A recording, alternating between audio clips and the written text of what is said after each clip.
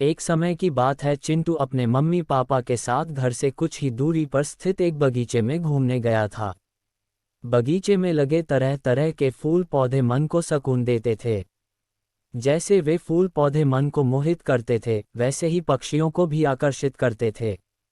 बगीचे में हर तरह की रंगीन तितलियां भी यहाँ वहाँ उड़ती हुई नजर आती थी। चिंटू बगीचे में खेलने में मग्न था। तभी उसकी नज़र एक खूबसूरत तितली पर गई, जो एक पौधे के इर्द गिर्द उड़ रही थी।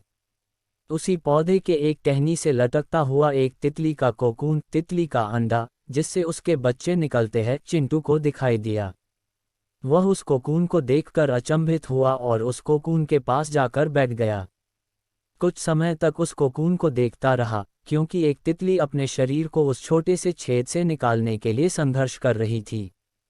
चिंटू बहुत ही ध्यान से देख रहा था, क्योंकि उसे तितली को देखकर मजा आ रहा था। वह तितली बहुत ही संघर्ष कर रही थी, पर वह कोकून से बाहर नहीं निकल पा रही थी। अंडे से बाहर आने के लिए बहुत संघर्ष करने के बाद कुछ समय के लिए वह शांत हो गई। तितली को शांत देखकर चिंटू विचार में पड़ गया। वह सोचने लगा कि शायद वह कोकून में अटक गई हैं, इसलिए बाहर नहीं निकल पा रही हैं। उसे लगा तितली की मदद करनी चाहिए। चिंटू ने किसी चीज से कोकून के छोटे छेद को बड़ा कर दिया और वह तितली आसानी से बाहर आ गई। हालांकि उसका शरीर सूजा हुआ और पंख छोटे और सिकुड़े हुए थे। तितली के कोकून से बाहर आते ही चिंटू बहुत खुश हुआ, क्योंकि उसे लगता था कि उसने तितली की मदद करके अच्छा काम किया है। तितली अंडे से बाहर आ तो गई, पर वह उड़ नहीं पा रही थी। काफी समय हो गया, पर तितली के न उड़ने से चिंटू गहरे सोच में पड़ गया। चिंटू ने अपनी माँ को बुलाकर यह सारा वाक्य बताया। तब माँ ने चिंटू को समझाया, बेटा तुमने इस तितली के साथ बहुत ही गलत किया है। वह अब कभी उड़ नहीं पाएगी, ऐसे ही रेंगते हुए अपना जीवन व्यतीत करेगी। ये बात सुनकर चिंटू ने अपनी माँ से पूछा, पर क्यों? तब चिंटू की माँ ने उसे समझाते हुए बताया, तितली का कोकून से बाहर आने का ये तरीका प्राकृतिक है। जब तितली कोकून के झिल्ली से बाहर आने के लिए संघर्ष करती हैं, तब उसके पंख मजबूत हो जाते हैं।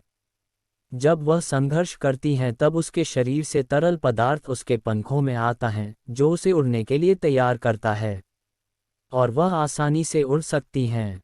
लेकिन अगर वह कोकून से बाहर आने के लिए संघर्ष ही नहीं करेगी तो उड़ेगी कैसे?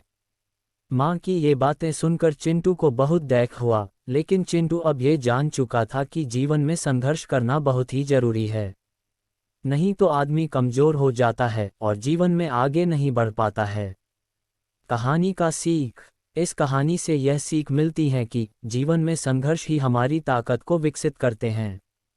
संघर्षों के बिना हम कभी विकसित नहीं होते हैं और कभी मजबूत नहीं बन पाते हैं। इसलिए हमारे लिए यह महत्वपूर्ण है कि हम स्वयं चुनौतियों का सामना करें और दूसरों की मदद पर निर्भर न रहें।